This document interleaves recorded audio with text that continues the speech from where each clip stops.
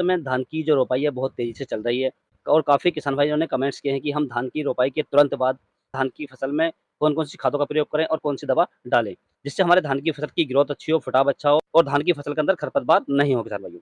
तो किसान भाइयों काफ़ी किसान भाइयों को मैंने देखा है कि धान की रोपाई के तुरंत बाद वो अपने धान की फसल में DAP, NPK, potash, zinc sulphate वगैरह बहुत खाद डाल देते हैं, परंतु आपको ऐसा बिल्कुल नहीं करना है।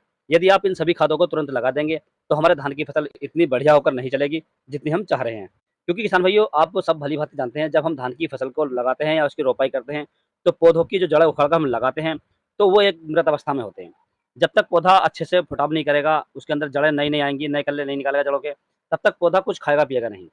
और यदि हम उसमें पहले ही खाद डाल देते हैं, तो हमारे पौधों की जो फुटाव है, वो हल्का-सा रुक जाता है। क्योंकि यदि हम मृत अवस्था के पौधे पर एकदम से खाद डाल देंगे, तो वो खाएगा नहीं। कहने का मतलब है कि यदि हम बीमार हैं, यदि हमें दस्त हो रहे हैं और हम दस्तों में यदि दूध पी लें या घी खा लें, तो हमें तुरंत और ज़्यादा दस्त हो जाएँगे किसान भाइयों। तो इसलिए पहले हम अपना पेट सही करेंगे, उसके बाद ही हम उसे खा सकते हैं। तो इसी प्रकार धानों की जो जड़ें होती हैं, जब तक पौधा जड़ नहीं छोड़े, कम से कम 4 से 5 दिन के बाद यदि आप रुक सकें, तो लगभग 10 से 12 दिन के बाद आपको जो खादें डालनी है, ज़्यादातर जब ही डालनी है। इससे पहले कम से कम खादें डालिए किसान भाइयों। और मैं जो आपको खादें बता रहा हूँ किसान भाइयों, ये आपको 24 घंटे के बाद डालनी है। इन खादों को डालने के बाद में आपकी जो धान की फसल है, उसमें ये इतना अच्छा कार्य करेंगी, आपकी फसल एकदम हरी-भरी होएगी, जल्दी फूटेगी और जिसमें कल्लों की संख्या भी अधिक बनेगी किसान भाइयों और आपकी फसल के अंदर खरपतवार भी नहीं उगेंगे। तो किसान भाइयों आपको मैं इसके बारे में पूरी जानकारी दूँगा कि धान की फसल में हमें ऐसी कौन-सी चीज़ डालनी है, जिससे हमारी धान की फसल का फुटाव अच्छा हो, कल्ले अधिक आएँ और जो हमारी धान की फसल है एकदम हरी-भरी होकर चले और कितनी मात्रा में डालनी है किसान भाइयों और खरपतवार के लिए हमें कौन-सी चीज़ डालनी है। तो आप वीडियो को पूरा देखें, अंत तक देखें ताकि आपको सही जानकारी प्राप्त हो सके और जो किसान भाई चैनल पर पहली बार आएँ, उनसे रिक्वेस्ट है कि वीडियो को लाइक करें, चैनल को सब्सक्राइब कर लें और पास वाली घंटी को भी दबा दें, ताकि हमारे आने वाले ऐसे ही नए वीडियो आपको सबसे पहले प्राप्त होते रहें। किसान भाई जब आप धान की रोपाई कर दें, तो उसके 24 घंटे के बाद यानी 2 दिन के अंदर-अंदर आपको ये दोनों चीज़ें डालनी हैं। तो सबसे पहले किसान भाई मैं आपको इसके डालने का तरीका बता रहा हूँ। जब आप धान की रोपाई कर दें, रोपाई करने के बाद आप उसमें अच्छी तरीके से पानी भर दें, पूरी तरीके से और जब आपका पानी लगभग 24 घंटे के अंदर-अंदर वो पानी खुश्क हो जाएगा या सूख जाएगा। जब पानी सूख जाए, तो आप उस दवा को बखेर दें। इस दवा को बखेरने के बाद किसान भाइयों, आप अपनी फसल में पानी चला दें और पानी किसान भाइयों इस प्रकार से चलाएँ कि आपको 2 बार चलाना पड़े या 3 बार चलाना पड़े, कि जो आप पानी भरेंगे खाद बखेरने के बाद में, वो लगभग 30 या 36 घंटे रुक जाना चाहिए आपकी फसल में। यानी आपकी फसल में 36 घंटे पानी भरा रहना चाहिए किसान भाइयों। यदि 36 घंटे हमारी फसल में पानी भरेगा, तो हमारी जो फसल है उसके अंदर खरपतवार नहीं उगेंगे किसान भाइयों। तो किसान भाइयों आपको इस प्रकार से ये करना है। यदि आपके पास व्यवस्था हो तो आप इसे 72 घंटे भी रोक सकते हैं, 4 दिन भी रोक सकते हैं, ऐसी कोई समस्या नहीं है पानी रोकने में। अब किसान भाई हम बात कर लेते हैं कि आपको ऐसी 2 खास चीज़ें कौन-सी लेनी है, जिन्हें आप अपनी फसल में डालकर अपनी फसल से अच्छी ग्रोथ ले सकते हैं, अच्छा फटाव ले सकते हैं।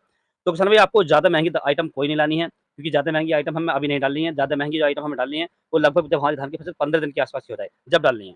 तो आपको किसान भैया लेकर आना है 20 से 25 किलोग्राम प्रति एकड़ के हिसाब से यूरिया लाना है आपको, जो नाइट्रोजन आती है 46% वाली। उसके साथ में आपको लेना है 10 किलो लेना है किसान भाई फेरस सल्फेट, जो लगभग ₹200 का 10 किलो मिल जाता है, लगभग 20 या ₹22 के आस-पास मिल जाता है किसान भाइयों। तो ये आपको 10 किलो लेना है।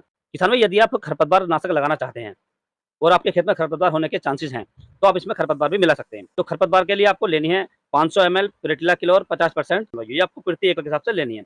यदि आपको प्रेटिला क्लोर नहीं मिलती है, आपके एरिया में प्रेटिला क्लोर नहीं मिलती है, तो आप इसके स्थान पर 1 लीटर प्रति एकड़ के हिसाब से ब्यूटा क्लोर 50% ले सकते हैं किसान भाइयों। इन दोनों में दवाइयों में से आपको एक ही लेनी है। आप प्रेटिला ले लें या ब्यूटा क्लोर ले लें, दोनों में से एक ही लेनी है। प्रेटिला यदि आप ले रहे हैं तो आधा लीटर लेनी है और ब्यूटा क्लोर आप ले रहे हैं तो आपको 1 लीटर लेनी है। किसान भाई अब आप इन तीनों को अच्छे से मिक्स कर लें। यदि आपको आवश्यकता पड़े तो आप थोड़ी मिट्टी मिला सकते हैं इसमें, जो आपकी दवाई है उसमें मिट्टी मिलाकर आप उसमें मिला सकते हैं और आप अच्छे से मिक्स करने के बाद अपने खेत में बिल्कुल एक साथ तरीके से फेंक दें या बखेर दें और बखेरने के लगभग 2 से 3 घंटे के बाद में आप उसमें पानी चालू कर दें किसान भैया, अर्थात उसकी सिंचाई कर दें। और जो आप सिंचाई करेंगे किसान भाइयों, ये जो आपको पानी रोकना है लगभग 36 घंटे के लिए आप अपनी फसल में पानी रोक दें। अब किसान भाई हम बात करते हैं कि इस खाद को बखेरने के हमारी फसल में क्या-क्या फ़ायदा होंगे। तो जो किसान भाई हमने नाइट्रोजन ली है, ये हमारी जो फसल है, जो पौधे हमने लगाए हैं, उसे जल्दी जड़ छोड़ने में काम करेगा, उसका फटाव जल्दी से करेगा किसान भाइयों। दूसरा किसान भाई हमने जो फेरस सल्फेट लिया है, जब हम अपने धान की रोपाई करते हैं, उस समय पौधे को सबसे ज़्यादा जो आवश्यकता होती है, वो फेरस और सल्फर की होती है। तो आपको फेरस सल्फेट की मात्रा इसलिए लेनी है। यदि आप फेरस सल्फेट की मात्रा डालेंगे तो पौधों की जड़ें जल्दी भागेंगी, पौधे हरे-भरे रहेंगे और पौधों का जो फुटाव है वो जल्दी स्टार्ट हो जाएगा किसान भाइयों। जो हमने प्रेटिला क्लोर ली है या जो हमने घास की दवाई डाली है इसमें, जो हेर्बिसाइड डाली है, ये हमारी फसल में किसी भी प्रकार के खरपतवार को नहीं उगने देगी किसान भाइयों। परंतु किसान भाइयों इस खाद को आप धान की रोपाई के 24 घंटे के अंदर-अंदर ज़रूर डाल दें किसान भाइयों। यदि आप 24 घंटे के अंदर-अंदर डाल देते हैं, तो आपकी फसल में ये बहुत ही अच्छा कार्य करेगा किसान भाइयों। तो इस प्रकार से आप अपनी धान की फसल से अधिक फटाव ले सकते हैं, अधिक कल्ले ले सकते हैं और अपनी धान की फसल में बहुत ही सस्ता प्रोडक्ट लगाकर अपनी धान की फसल को एकदम हरी-भरी बना सकते हैं किसान भाइयों।